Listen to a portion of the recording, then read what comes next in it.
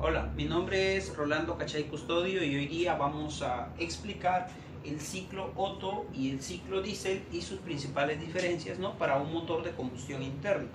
Muy bien, empecemos. En el ciclo Otto, ¿no?, en este caso lo vamos a explicar para un motor reciprocante, es decir, para un motor que está formado de cilindro más un émbolo, como en este caso, ¿no? Tenemos el cilindro, tenemos el émbolo, tenemos la válvula de admisión, la válvula de escape, la bujía, que es la que va a originar la chispa eléctrica, tenemos el punto muerto inferior, el punto muerto superior, ¿no?, que son los límites a través de los cuales se mueve el émbolo. Muy bien, en un ciclo Otto lo que podemos apreciar es que tenemos aire más el combustible. Entonces, tenemos 4 recorridos que lo vamos a explicar a través de 2 gráficas: la gráfica temperatura-entropía y la gráfica presión-volumen.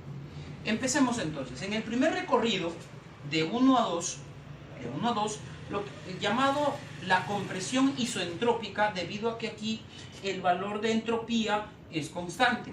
¿Qué podemos ver? Que el émbolo comprime la mezcla. Entonces el émbolo va del punto muerto inferior al punto muerto superior, aumentando la temperatura, aumentando la presión y disminuyendo el volumen, ¿no?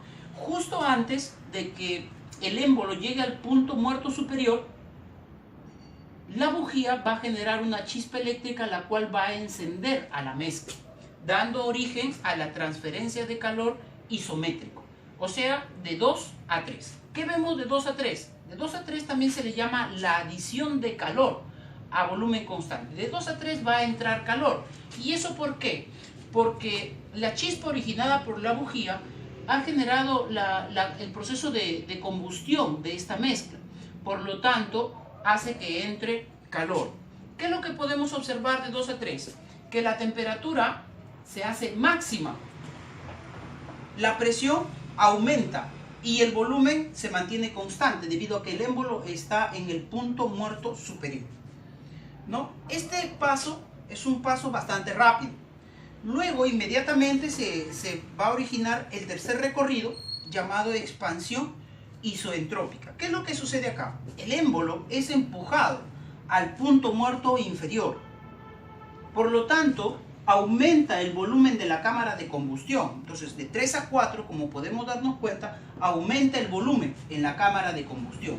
Pero la presión disminuye de 3 a 4 y la temperatura también disminuye, ¿no? Llegamos entonces hasta el punto 4. Ya en el punto 4 vamos a tener el enfriamiento isométrico. El enfriamiento isométrico, también llamado rechazo de calor a volumen constante, ¿qué es lo que tenemos en este caso de 4 a 1? De 4 a 1, como podemos darnos cuenta, en este caso, de 4 a 1, la temperatura se hace mínima. También podemos notar que la presión disminuye, pero el volumen permanece constante. Entonces aquí dice, no, rechazo de calor a volumen constante. La presión disminuye, la temperatura se hace mínima y se abre la válvula de escape. La válvula de escape se abre para que puedan salir los gases producto de la combustión, ¿no? Luego, cuando ya la temperatura se hace mínima, es decir, llega al punto 1, entonces la válvula de escape se cierra y se va a abrir la válvula de admisión para que otra vez entre aire más combustible y se inicie otra vez el ciclo de Otto. Bueno, en cuanto al ciclo diésel, también presenta 4 recorridos, pero con la diferencia que se va a dividir en 5 fases. Hay que también notar las diferencias entre un ciclo de Otto y un ciclo diésel, debido a que en un ciclo Otto tenemos una bujía que me genera la chispa eléctrica. En cambio, en un ciclo diésel no hay bujía, sino que vamos a ver la presencia de un inyector de combustible que va justamente, como su nombre lo dice, a inyectar combustible a gran presión. Muy bien, dijimos que teníamos 4 recorridos, pero divididos en 5 fases. Veamos las fases también a través de mis 2 gráficos, temperatura, entropía y presión, volumen. ¿Qué es lo que tenemos? En primer lugar tenemos la primera fase, llamada la fase de admisión. En la fase de admisión nos dice que el pistón, en este caso, baja. La válvula de admisión se encuentra abierta. Por lo tanto, si el pistón baja y la válvula de admisión se abre, significa que va a entrar aire. ¿correcto? Por eso dice aumenta el volumen de aire en la cámara de combustión. Entonces se va a dar una expansión, ¿correcto?, a presión constante. Entonces la presión es constante, por lo tanto de 0 a 1 tendríamos una recta, porque la presión es constante, ¿no? Pero sin embargo el volumen aumenta, ¿no? Eso sería de 0 a 1 la fase de admisión. Cuando hemos llegado al punto 1 empezamos la siguiente fase de 1 a 2 de compresión adiabática. ¿Y qué es lo que tenemos acá? Sucede lo contrario. Ahora el pistón o émbolo sube. Y cuando el émbolo sube, aumenta rápidamente la temperatura. Incluso se hace mayor a 600 grados. Aumenta la presión, pero disminuye el volumen. La presión está aumentando y el volumen disminuye.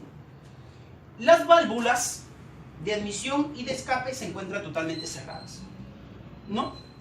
Y luego llegamos a la fase de combustión y nos dice que justo antes que el pistón llegue al punto muerto superior, el inyector de combustible ingresa combustible a una presión alta, pero a una presión constante acá, de 2 a 3.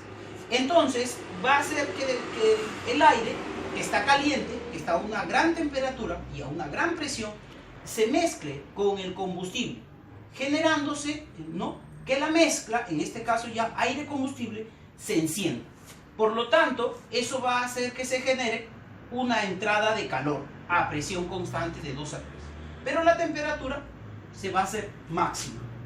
Entonces, tenemos la inyección, ¿no? El inyector introduce combustible a presión constante, como lo vemos acá de 2 a 3. Ya de 3 a 4 se va a dar la expansión adiabática. En la expansión adiabática es donde se va a realizar el trabajo. ¿Por qué? Porque el émbolo, ¿no?, se va a mover del punto muerto superior al punto muerto inferior. Y eso va a generar, pues, obviamente que podamos mover la biela. La biela va a mover al cigüeñal, ¿no? Y vamos a ver, pues, la transformación de la energía térmica que se va a convertir en energía mecánica, ¿no? Luego, bueno, en este caso fue de 3 a 4. De 3 a 4, como podemos darnos cuenta, durante la expansión, la presión disminuye, ¿correcto? La presión disminuye de 3 a 4, la temperatura también disminuye. Pero vemos que el volumen aumenta debido a que la cámara de combustión está creciendo, está aumentando.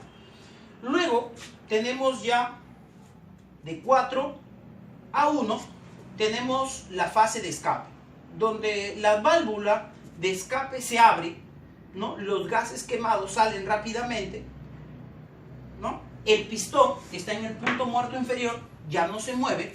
La presión empieza a disminuir, como podemos darnos cuenta, hasta hacerse igual a la presión atmosférica. Una vez que sucede eso, la válvula de escape se cierra, ¿no? Dice, al llegar al punto 1, la válvula de escape se cierra y se va a abrir la válvula de admisión para que otra vez entre aire y se empiece o se inicie otra vez el ciclo, ¿no? En el punto número 1, la temperatura es mínima y la presión es la presión de la atmósfera. Muy bien. Entonces, luego tenemos ya las diferencias principales entre estos dos ciclos, Otto y diésel. El ciclo Otto, que es mucho más eficiente que el ciclo diésel. En cuanto al proceso de admisión, tenemos que en la cámara de combustión, para un ciclo Otto tenemos aire más combustible. En cambio, para un ciclo diésel tenemos solo aire puro. En lo que es el proceso de compresión, el pistón acá comprime la mezcla aire-combustible en el ciclo de Otto, pero en un ciclo diésel solamente el pistón comprime aire. Y en la fase de combustión es la chispa la que enciende la mezcla, ¿no? Recuerda que acá hay una bujía que me genera una chispa eléctrica que va a encender la mezcla. En cambio acá, ¿no?, el combustible al mezclarse con el aire caliente justamente hacen que la mezcla se encienda. Esas son entonces las principales diferencias entre un ciclo de Otto y un ciclo de diésel. Muchas gracias.